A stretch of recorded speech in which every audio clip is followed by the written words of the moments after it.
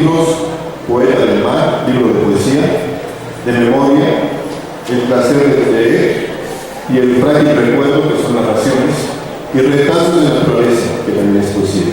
Nació en Coatzacoalcos, Veracruz, vivió en la Ciudad de México por un largo periodo y reside en Jalapa desde 1983. Demos pues la bienvenida al maestro Francisco Morosini en la presentación de sus libros. Sean ustedes bienvenidos.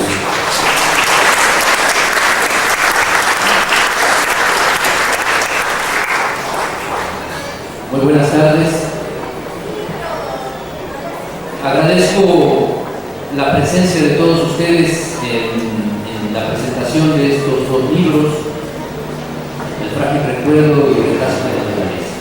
Asimismo, agradezco a los organizadores de la Feria Nacional del Libro Infantil y Juvenil por permitirnos presentar en esta ocasión las obras mencionadas.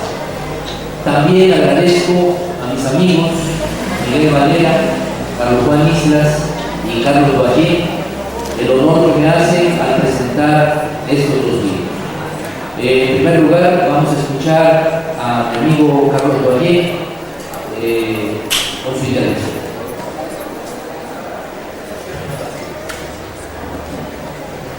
Buenas noches. Bueno, yo me voy a referir a Retazos de la naturaleza.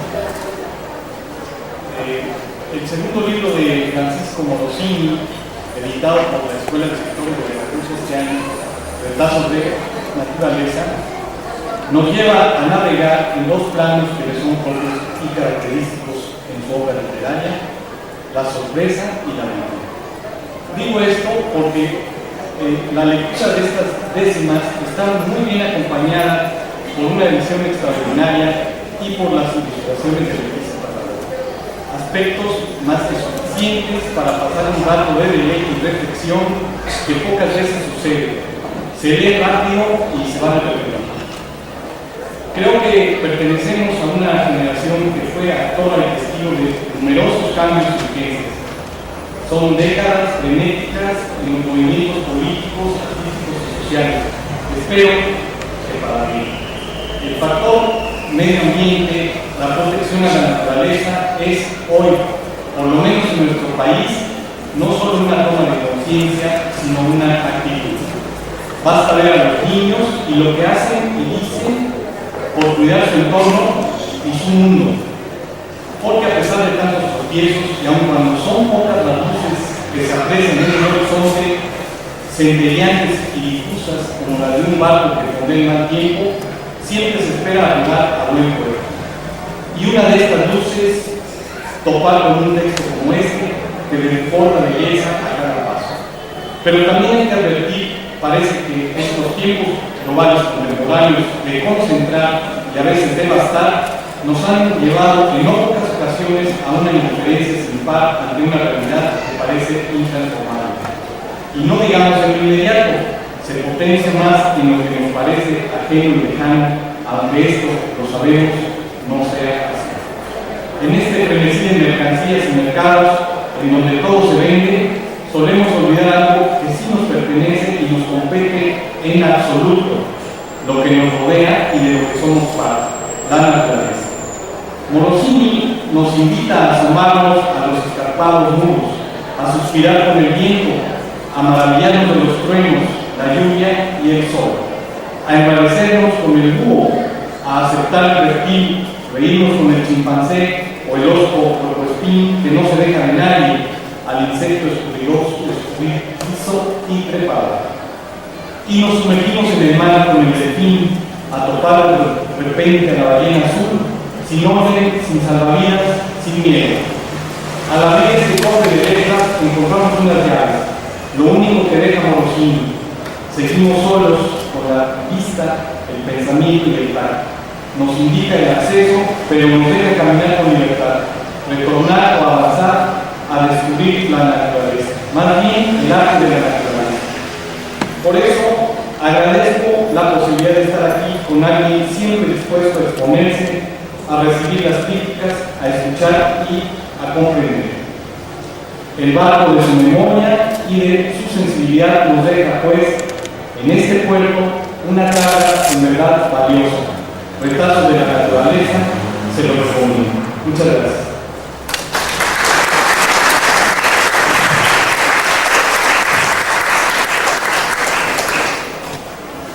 En segundo lugar, vamos a escuchar las palabras de mi amigo Miguel Valera, joven filósofo y colaborador del semanario Punto y Aparte, donde es mi editor.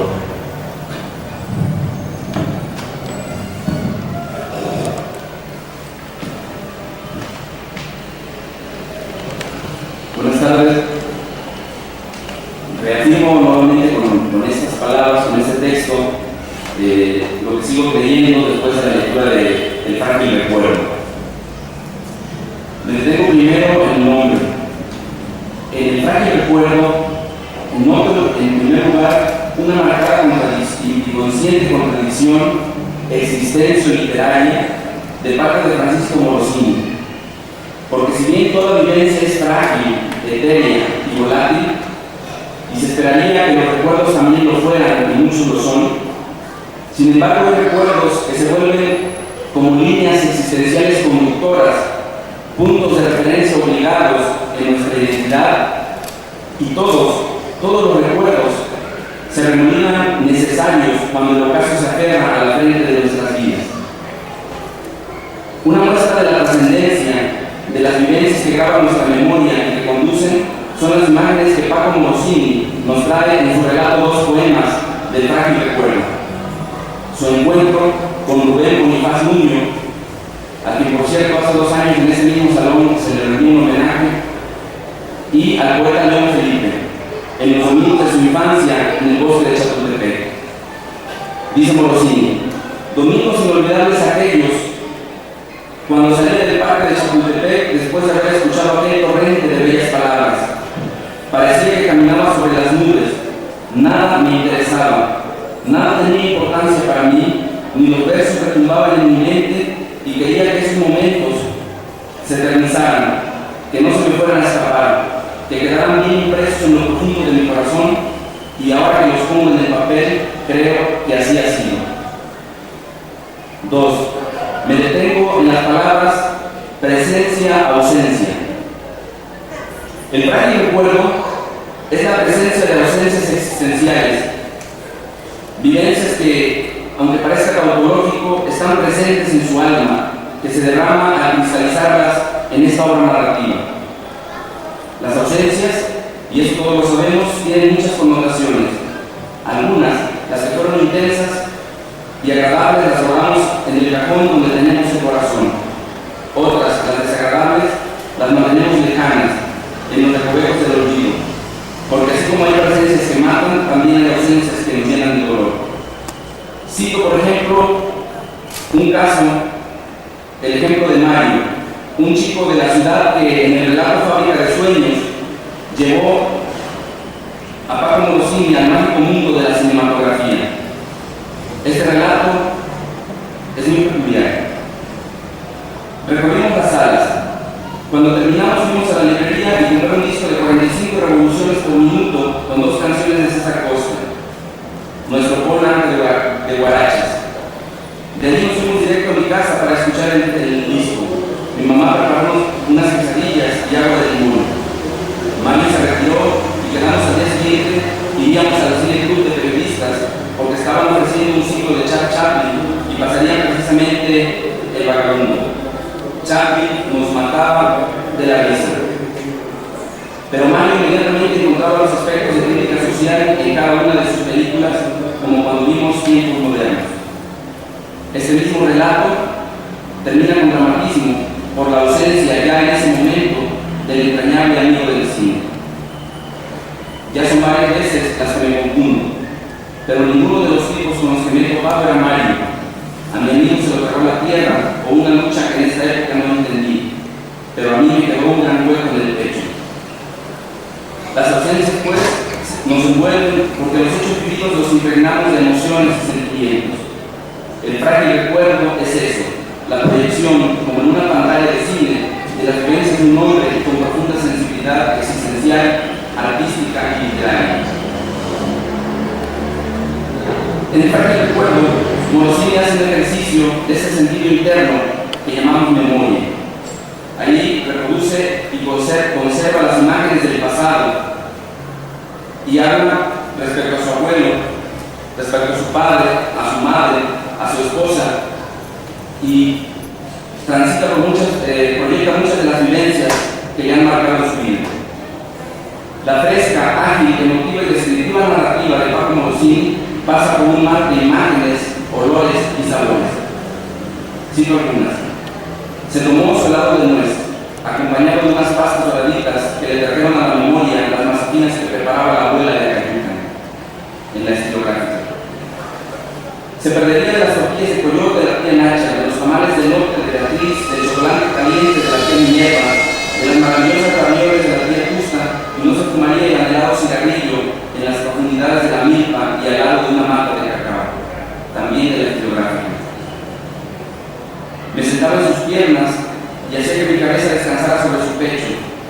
Allí me empezaba a dar masaje en la nuca y en las sienes. Me encantaba, me murmuraba cosas y lograba que durmiera. Esos cariños de mi abuela eran únicos y a nadie más de la casa se los hacía. En el frágil recuerdo también se proyectan otros afanes que son finalmente la personalidad de Paco Morosini. Su amor por las letras y la poesía, por ejemplo. Pone en boca del abuelo: fíjate de quien ama la lectura. Fíjate de quien siempre lleva consigo un libro de poesía. Mira con recelo a quien te diga que no tiene tiempo, que la literatura es algo hermoso, pero que solo se lee cuando se tiene algún tiempo libre. Además, proyecta su afán de crítico social, de ecologista y su afán de crítico político. Hay muchas cosas que ustedes encontrarán en el frágil recuerdo. El libro es de una narrativa exquisita que tiene lo mejor que cualquier libro puede tener. Un pedazo de alma que se transformó en palabras, en la muestra irrefutable de que el pasado se puede atrapar en el presente con letras, con frases, con narrativa. El tiempo, a pesar de su loca movilidad, se puede atrapar. El pasado con los recuerdos, el futuro con los sueños y con la imaginación. Gracias.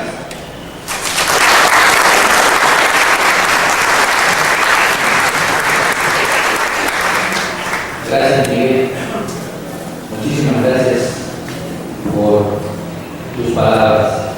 Ahora escucharemos a licenciados urbanistas, quien en verdad no necesita presentación alguna.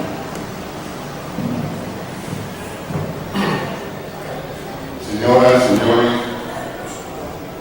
señoritas, señoritos, chiquillas, chiquillos, universitarios y universitarios. La Feria del Libro Infantil y Juvenil cumple 13 años de vida en los que se ha consolidado como una fiesta de los libros muy importante dentro de las actividades de la ciudad.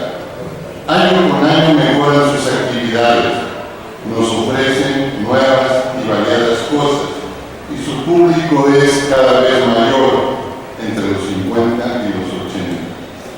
Una feria que va para arriba, las oficinas están ya en el tercer piso y su señalización muy adecuada.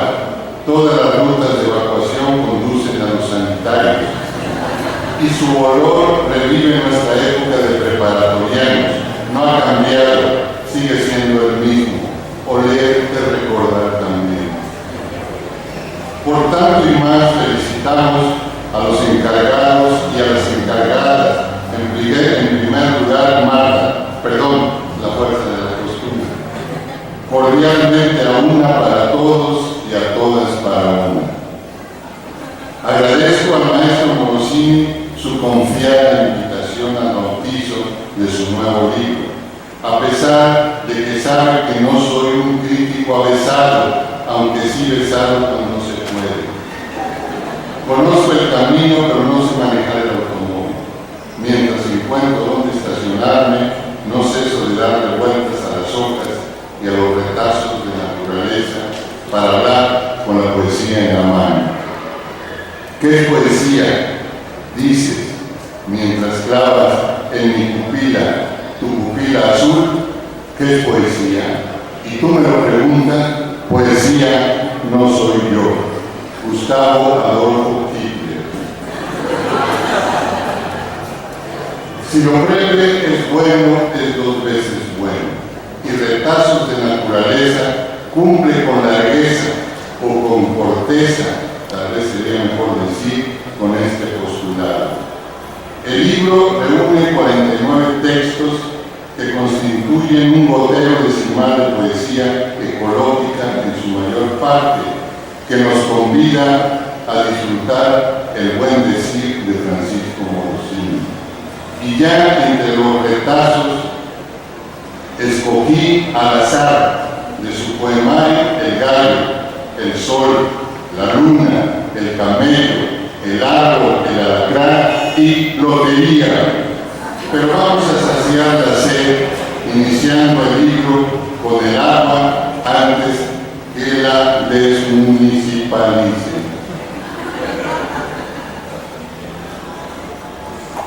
Tentar para saber.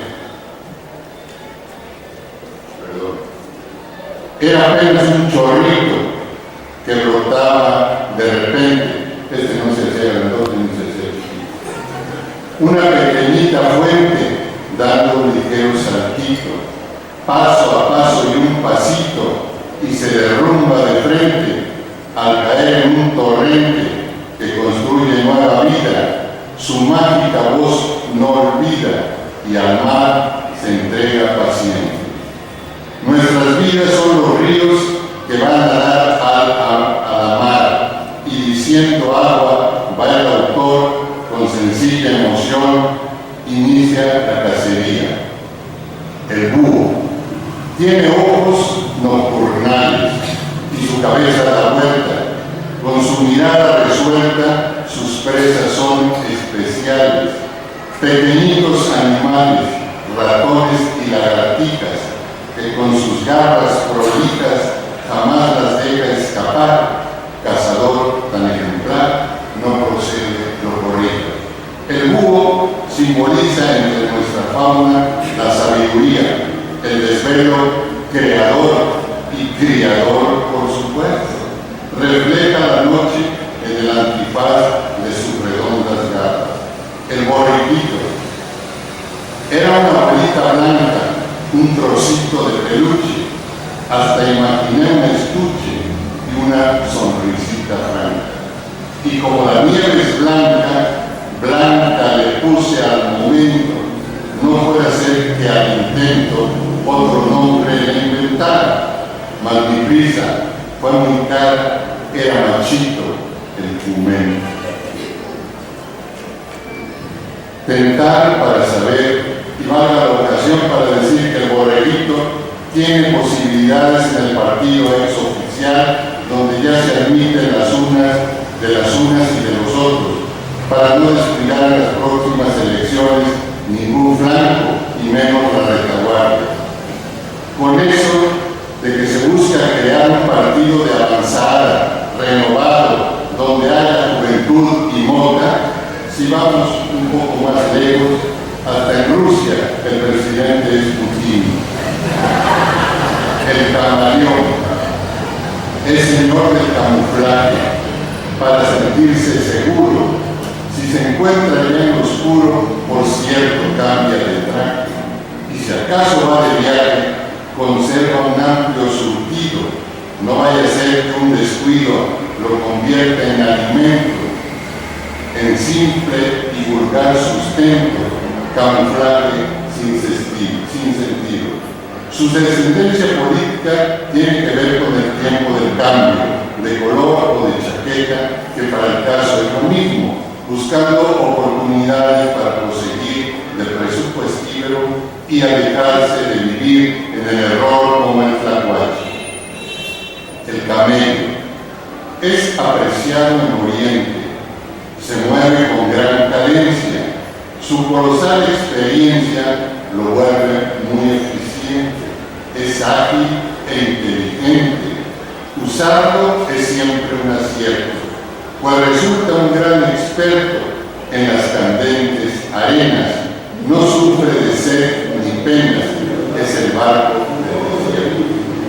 El camello es el barco del desierto, y para nosotros un logro visual y poético, que no nos coroga como los camellones en la selva de cemento actual.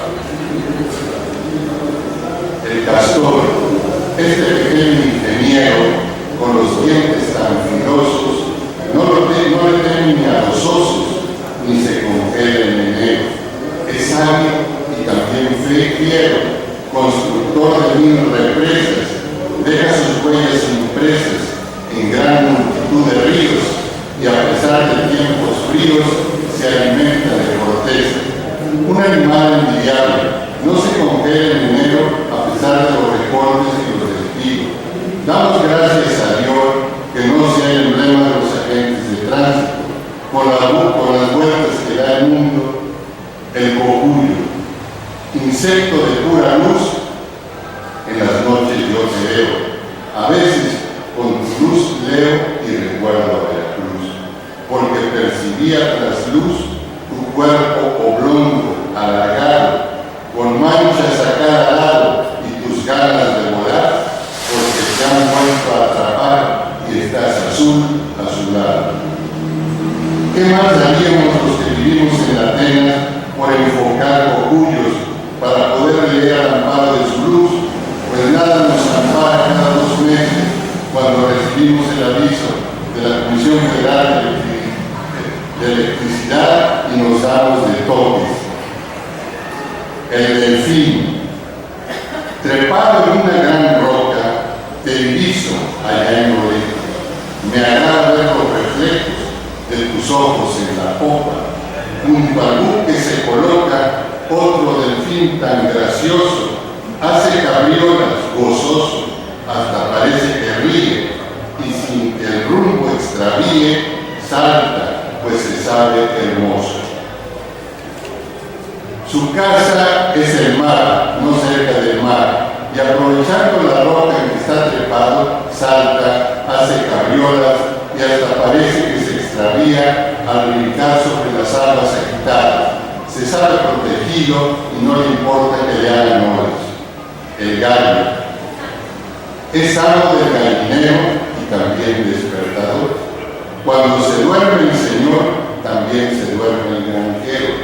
Se mueve con gran salero por todos lados, garboso, bello, galante, buen mozo, en el gallinero del rey, y sabe que no hay más ley que su ley pleno de gozo. Aunque llegó muy joven al gallinero, antes armando de un cabrito, para la mayor parte de los dinosaurios no tenía la más remota posibilidad de cacarear en el corral y lo quisieron desplumar de entrada. Finalmente cantó, contó y llegó, solo con un ratoncito, o será el principio del fin. El grillo. Canta, cantador, sí, canta. Por favor, no te detengas. Yo no sé si tú convengas que a muchos tu canto encanta y que el dolor de garganta que por siglos has tenido no ha logrado un contenido no igualado por Caruso ni por ningún otro iluso, pues tu canto es con sentido. ¿Quién es ese que anda allí con su canto a cada santo? Busca siempre al que lo alumbre. De incubación sexenal, generalmente vive al amparo de la nómina y se mimetiza con suma facilidad. El mapache se cubre con antifaz, pero no por esconderse, aunque tal vez por no verse si le disgusta su paz. Es un comedor voraz de semillas y otros bichos. Circulan algunos dichos acerca de sus costumbres, pues el lavar las legumbres es uno de sus caprichos. En la guerra política, el mapache lava votos en urnas veladas, contando y descontando sus propios en efectivo, suma y resta a la velocidad de la luz que le dan. El zorrillo Se alimenta de roedores, a nadie le hace daño. Es pequeño de tamaño y esparce malos olores. Negro y blanco sus colores, tiene garras el muy pillo y su pelo es un cepillo. Camina muy elegante, a veces es muy pedante. ¡Ay, cómo apesta el zorrillo! Es el único animal en nuestra fauna que tiene cola y nadie se la pisa, por temor a recibir un golpe fuerte en la nariz con el que aleja a sus enemigos. Siempre le pagan sus platos rotos, pues son de los fijadores más apreciados en la industria de la perfumería. Oler para saber. El árbol. Mi abuela me dio un regalo, una sorpresa me dijo, un obsequio que ocurrió, y al abrirlo me resbaló. No tiene nada de malo, dice mi abuela ahorita. Este obsequio no se olvida, pues una semilla crece, al que la siembra engrandece, porque un árbol es la vida. Y si no, que lo digan el genealógico, entre nosotros el más mentado, y el guayabo el más meñado, o árbol del fruto prohibido, al que uno se trepa sin el más mínimo deseo de obtener frutos. La cebra. Es un caballo rayado, es un burrito en pijama que se cayó de la cama, ni es un caballo rayado, ni es un asno que ha enfermado. Es otro tipo de quino, que tiene un diseño fino, cual pintura surrealista, y es que natura es muy lista, pues la cuida del felino. Tampoco es un caballo borracho, por más rayado que trote, mucho menos un equino que vista de presidiario, aunque a lo mejor pudiera ser un cuadrúpedo grafiteado con afán de rayar todo hasta topar con pared. La cigarra. Es una gracia cantora que se alimenta de sapia. Nadie duda que ella es sabia, con una voz tan sonora, tan segura, tan señora, que se protege con brillo para alejar algún pillo que pretende molestarla, entorpecerla, atraparla, arruinarle el estribillo. El macho puede ser nocivo para su salud y a la larga producir cáncer. Es mejor que ni lo fume. La hiena es una gran carroñera, pero también cazadora, fuerte y vital peleadora, depredador de primera. Jamás la comida espera, al parecer tiene prisa. Cuando su mordisco atiza, nadie puede ya salvarse. Es tan difícil soltarse, cual simple escuchar su risa. Este depredador, que presume de son politicón, vive en casa de la fregada. Es muy feo, se alimenta de carroña y todavía se ríe. Me rodea durante la luna llena. La mariposa. Es tan corta su existencia y su belleza sin par, que es imposible ignorar su inusitada presencia. Los colores son la esencia de este extraordinario insecto. Por lo tanto, lo correcto es deberlo proteger a tan delicado ser que simplemente es perfecto. La Maripo S.A., aunque de breve vida, lo es más cuando despectiva mariposilla anda revoloteando en disputa de un lugar a los mariposones del centro histórico del puerto, asediada por los cazadores de impuestos. Terminamos al fin con un osito. Es un osito pequeño, como el olor de la nieve, y su nariz, cuando llueve, se mueve buscando dueño. Todo parecía un ensueño, una ilusión malograda, pero mejor que la nada fue el oso blanco risueño, que con su total empeño hizo realidad mi amada. El animal más fiero es celoso, cuidado,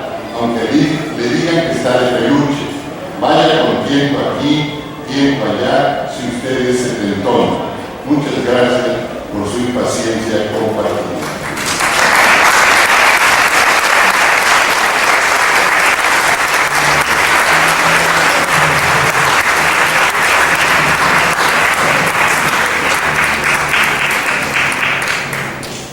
Bueno, pues muchísimas gracias a los tres presentadores de estos dos libros. Ahora, bueno, debo comentar algunas cosas con ustedes antes de leer algunas cuestiones y comentarles brevemente de las intenciones, sobre todo en el caso de retazos de la naturaleza. El Frágil Recuerdo es un libro que su portada tiene un dibujo del amigo Henry Haga, que se encuentra aquí acompañándonos en esta presentación. Y Retazos de la Naturaleza tiene una portada también muy hermosa y sugestiva que hizo mi amiga Leti Tarragó, y que también contamos hoy con su presencia en esta sala. A los dos artistas, amigos míos, muy queridos, les digo muchas gracias por este trabajo que hicieron para ilustrar estos dos libros. Ahora me voy a permitir leer un relato de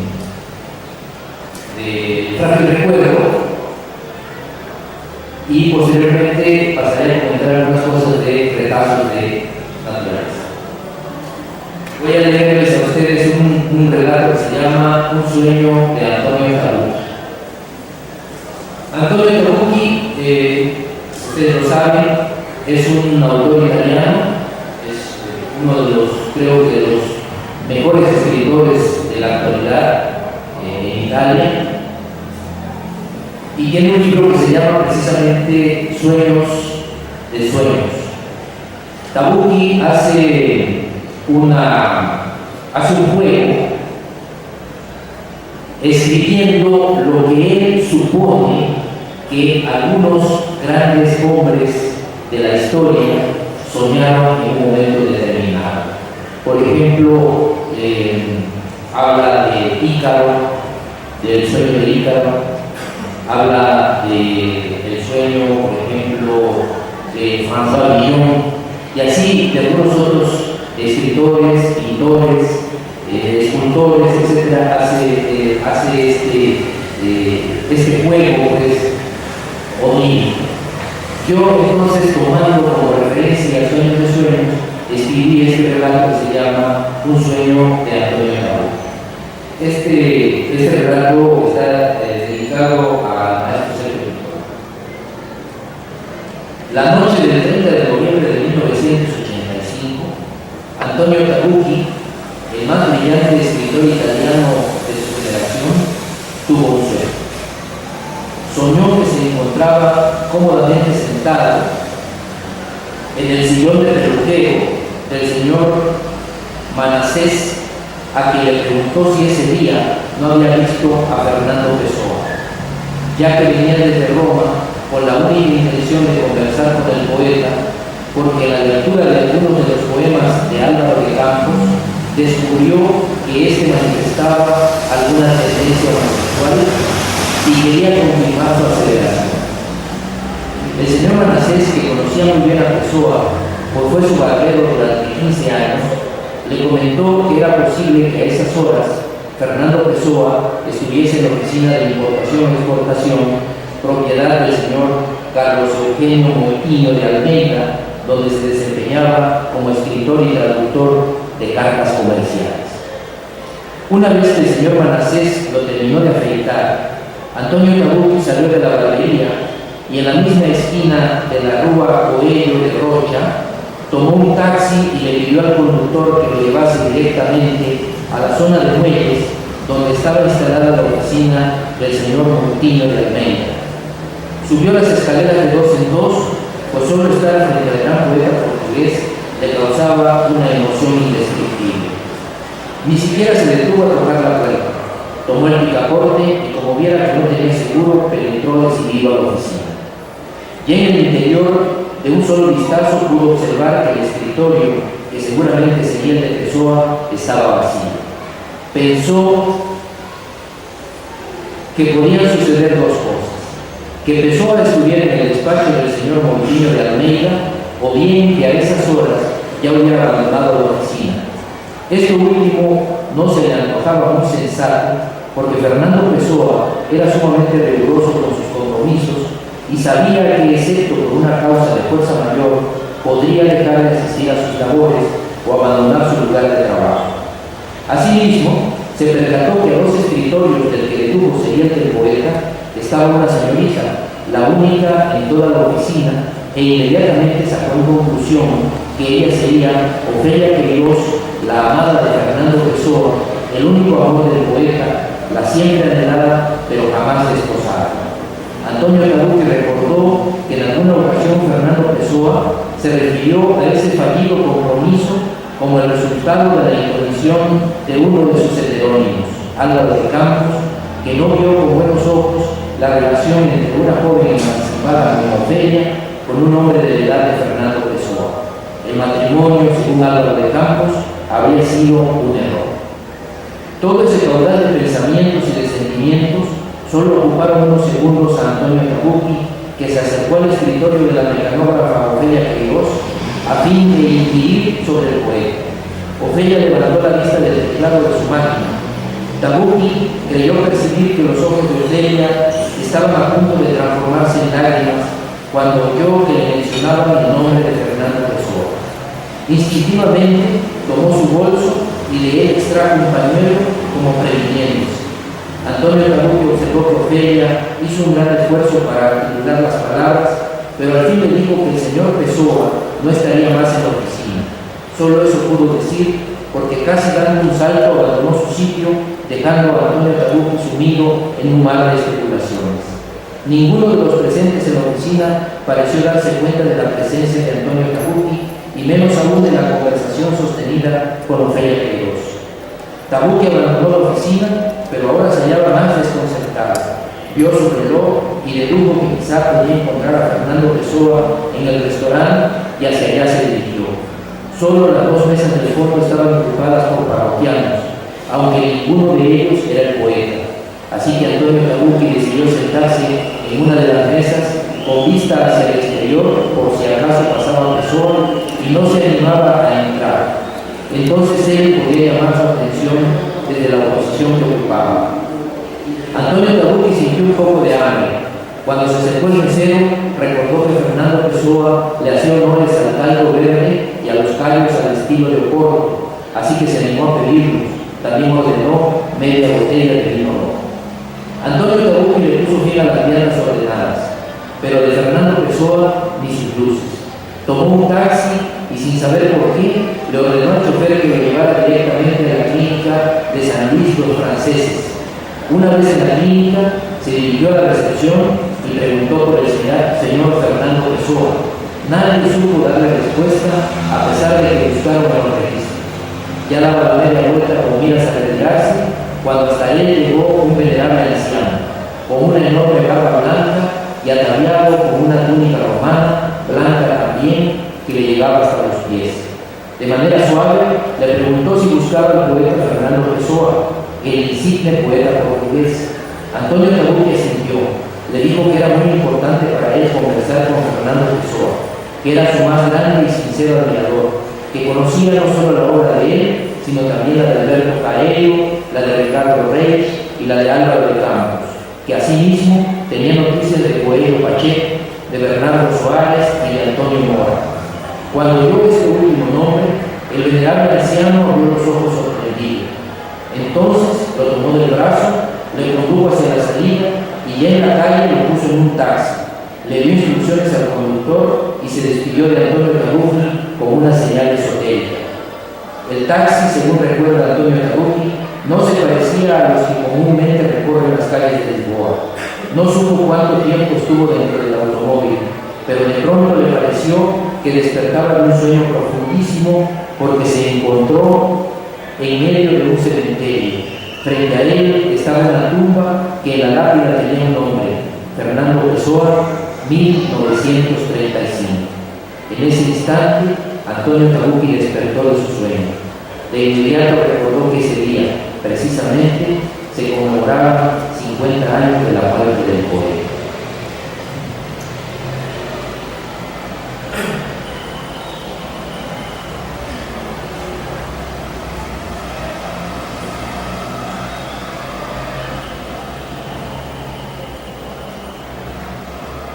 Algunos de ustedes ya escucharon este relato, porque ya lo leí en otra ocasión, pero creo que vale la pena leerlo, creo que vale la pena volverlo a leer. Se llama ¿De por qué ya no subo a los camiones?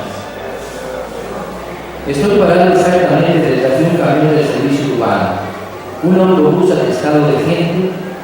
Qué raro me parece ver tal cantidad de gente en un autobús de ese tipo. Jamás creí llegar a ver una situación como esta. La gente va colgada de las puertas del camión y varias cabezas salen de las ventanillas, cual si quisieran respirar un poco de aire menos viciado que del interior. La gente, diría mi madre, parece que se arracima. Imagino un racimo de plátanos, unos junto a otros, en un mínimo espacio. Ni para dónde hacerse. Cada hueco dejado por un pasajero que desciende es inmediatamente ocupado por uno nuevo. Un señor golpea a otro con su paraguas, le tumba el sombrero, no tiene espacio para agacharse a recogerlo, estira una pierna para mantenerlo cerca de él y así evitar que el mar de piernas lo aleje y le resulte imposible recuperarlo. En la primera oportunidad trataré de hacer un esfuerzo para inclinarse y volver a tomarlo. Su esfuerzo parece inútil. Al frenar el autobús, la masa se mueve hacia adelante y hacia atrás en contra de su propia voluntad, y mientras las manos se aferran a unos herrumbrados tubos que hacen las veces de pasamanos, los pies se deslizan y algunos de ellos arrastran el sombrero del pobre hombre que ahora se muestra desesperado porque a cada momento duda más de poder recuperarlo. Esta visión me remonta a mis tiempos de vecino de la Ciudad de México, cuando allá me encontraba con una situación como la descrita. Entendía cabalmente los dibujos de Gabriel Vargas en la familia Borbón. Pero vivir esto en mi ciudad de ahora, siempre tan tranquila, me parece algo irreal, algo que no es cierto, que en realidad no pasa, que solo lo imagino. Pero no, sí sucede, allí está. Lo confirmo con el número de pasajeros potenciales en las distintas paradas de autobuses. Aún no llegamos a situaciones conflictivas como las vividas en la capital del país, pero para las dimensiones de nuestra ciudad, los problemas ya parecen graves. No solo hablo del número de habitantes, sino en particular de la calidad de servicios de que disponemos. Tal pareciera que los beneficios de la modernidad no nos tocaran. Pero nada más, escuchemos a las autoridades municipales. Hacen tantas cosas buenas que se han hecho terriblemente populares, más que la famosa Anelita, según comentan ellos mismos. Los autobuses urbanos, con sus honrosas excepciones, no son dignos de esta ciudad que se precie de culta y refinada. La mayoría, además de guardar una imagen desastrosa, arroja humos negros y densos que ahogan al que se atreve a respirarlos. Si no fuera por los vientos dominantes del trigo, es seguro que ya tendríamos un grave problema de contaminación atmosférica, aunque no hay que descartarlo en el centro de la ciudad, me corrige mi amigo Marco Young, conocido biólogo, ya que es la parte más golpeada por los armatostes que circulan por las calles de nuestra ciudad a la buena de Dios. Soy un asiduo lector de periódicos y cada cierto tiempo encuentro que estos se ocupan del problema ambiental ocasionado por los autobuses del transporte urbano. Le dedican un regular reportaje, entrevistan a ciudadanos, a los representantes de las distintas líneas camioneras, a las autoridades de tránsito, a las ambientales. Cada uno señala lo que según su leal saber o entender consideran pertinente. Por lo regular, la mayor parte de los ciudadanos entrevistados echa pestes en contra del pésimo servicio y por la contaminación que producen los camiones. Los directivos de las líneas de autobuses juran y perjuran que ahora sí cumplen con las verificaciones vehiculares y que los motores que utilizan los vehículos son totalmente ecológicos. Vayan a saber ustedes qué quieren decir con eso.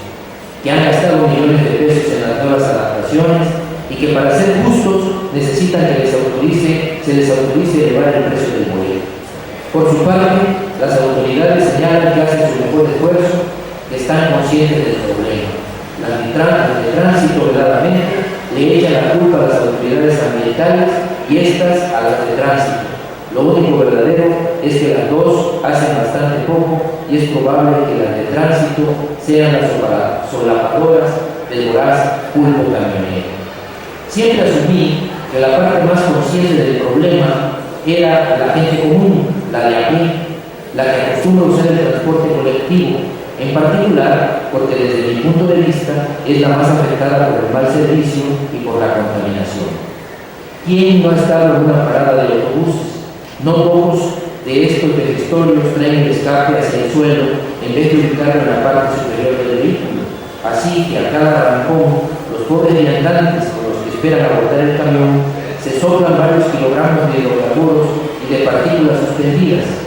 Por todo esto pensé, esta gente sí que conoce del asunto y estaba seguro que si se emprendía alguna acción firme por parte de las autoridades, estarían más que dispuestos a apoyarlas. Esta es la sociedad civil, reflexioné. Un mediodía en el que circulaba por la avenida Lázaro Cárdenas, me tocó quedar exactamente detrás de un autobús del servicio urbano. Al momento de cambiar el semáforo de rojo a verde,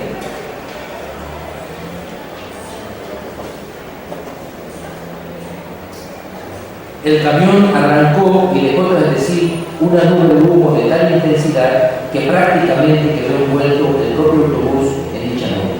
La nube de humo negrísimo lo cubrió todo. Esperé que hicieran otros cambios de velocidad. Pensé que la intensidad del humo disminuiría, pero me equivoqué. El camión arrastró tras de sí a esa profunda oscuridad. Al llegar al siguiente semáforo, nos tocó la luz roja, cosa que aproveché, descendí de mi automóvil y le toqué al chofer del autobús para que me abriera. El conductor pensó que quería subir como pasajero, así que se negaba a abrirme, pues el lugar no era destinado al ascenso y descenso de pasajes. Pero fue tanta mi insistencia que por fin abrió la puerta. Una vez arriba del camión, le pregunté al conductor si no se había percatado de la contaminación que producía su autobús. Le dije que su actitud y la de sus jefes era de violencia porque su camión no debía circular por la ciudad. Asimismo, me dirigí a los pasajeros a quienes le manifesté el daño que le causaba a la población, individuos como los que dirigían a las distintas líneas camioneras del municipio.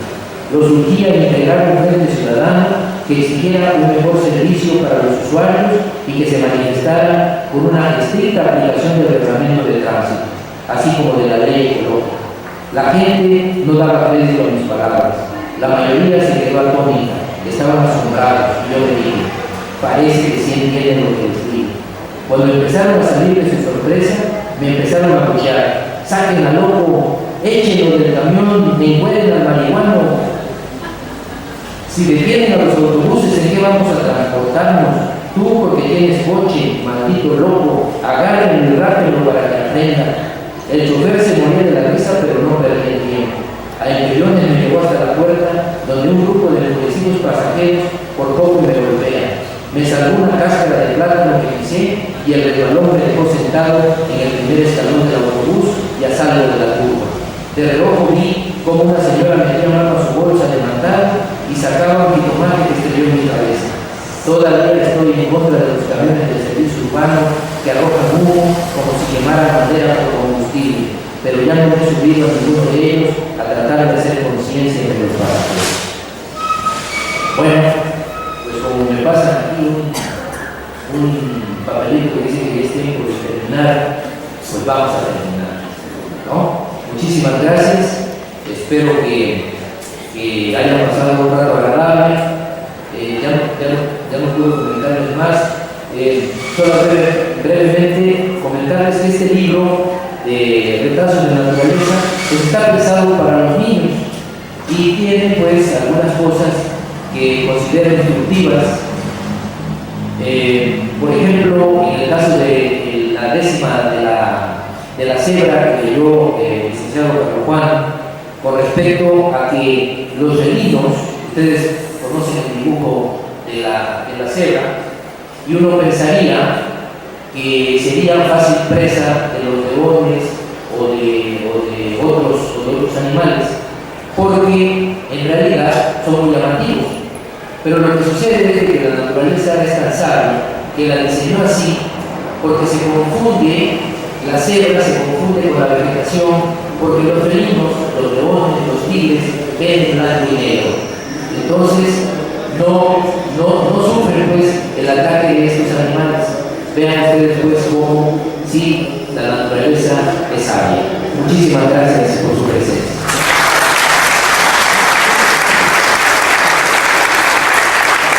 Gracias por la permanencia esta tarde en la presentación de los libros de Francisco Morosini. Bueno, pues yo quiero comentar que allá atrás están los libros. Francisco, por si alguien quiere comprar, pues ahí están, a la venta. Muchas gracias y mañana tenemos la presentación aquí de Emma Romeo, que presenta sus libros sobre las lecturas de Gregorio a las 13 horas. ¿De cuánto cuesta?